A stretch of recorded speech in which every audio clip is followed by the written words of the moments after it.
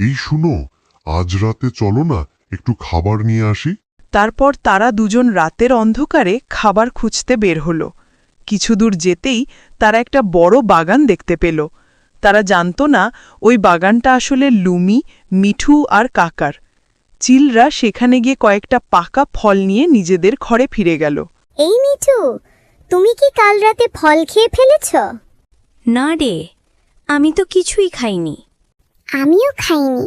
তাহলে কে নিল আমাদের ফলগুলো? তারা খুব অবাক হল। পরের রাতে আবারও চিলরা এসে ফল চুরি করল। সকালে লুমি, মিঠু আর কাকা এসে দেখে আবারও বাগান ফাঁকা। এইবার আর ছেড়ে দেব না। চল দেখি কে আমাদের ফল চুরি করছে। তারা সবাই মিলে চারদিকে খুঁজতে লাগল। হঠাৎ তারা দেখে পাশের গাছের ডালে চিলদের একটা বাসা, আর সেখানে অনেক ফল জমা করা। এই দেখো, এরা আমাদের ফল চুরি করেছে। চলো সবাই, এখন ওরা ঘুমাচ্ছে, সব ফল খেয়ে চলে যায়। তারা আস্তে আস্তে গিয়ে সব ফল খেয়ে সেখান থেকে চলে যায়।